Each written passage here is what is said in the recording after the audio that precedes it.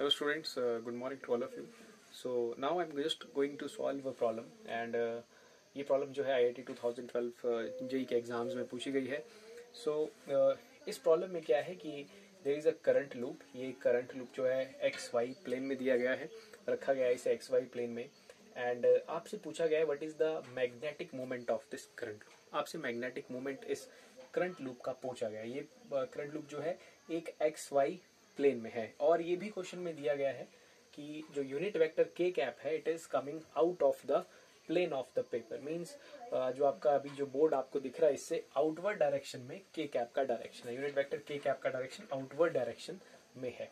सो आपसे इस क्वेश्चन में magnetic moment of this current loop पूछा गया है. सो मैग्नेटिक मोमेंट का जो फॉर्मूला होता है, magnetic moment is I into A. Magnetic moment is a vector quantity and IA vector. So here current, as we know that it is a scalar quantity, but that area is basically a area vector. Okay, तो हमें current into area find out करना है. तो loop में जो current है वो I हमारे पास गिवन दे के रखा है.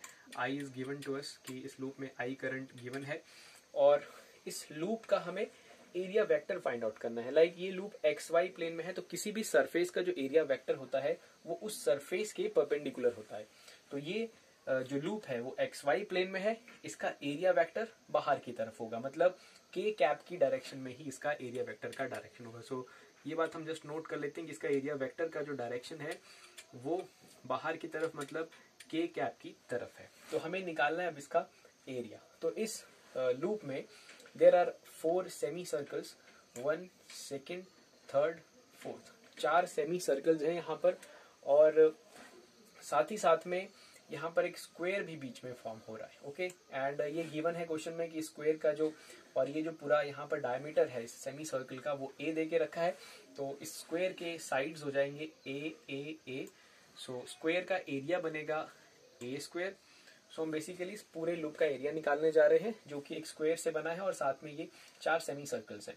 तो एक स्क्वायर का एरिया आ जाएगा ए स्क्वायर. बाकी ये जो सेमी सर्कल्स हैं, एक सेमी सर्कल का एरिया होगा पाई, इसका जो रेडियस है वो है a/2 pi a square divided by 2. Okay, ये एक सेमी सर्कल का एरिया हुआ, that comes out to be pi a square by 8. But यहाँ पर हमारे ऐसे 4 सेमी सर्कल्स हैं. सो इन सर्कल्स का जो सेमी सर्कल्स का जो टोटल एरिया बन रहा है वो बन रहा है पाई ए स्क्वायर बाय 2. सो इस पूरे लूप का एरिया बनेगा पाई ए स्क्वायर और plus A square.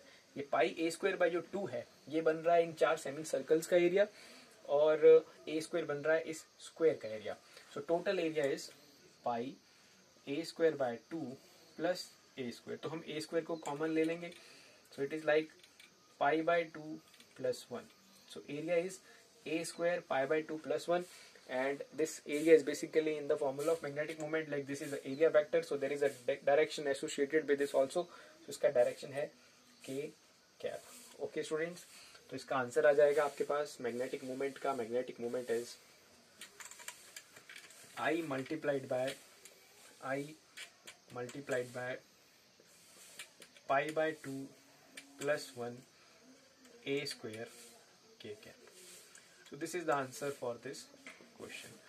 I into pi by 2 या I pi by 2 plus 1 a square k cap is the answer for the magnetic moment associated with this current loop. I hope आपको ये समझ आया होगा. With that, thank you very much.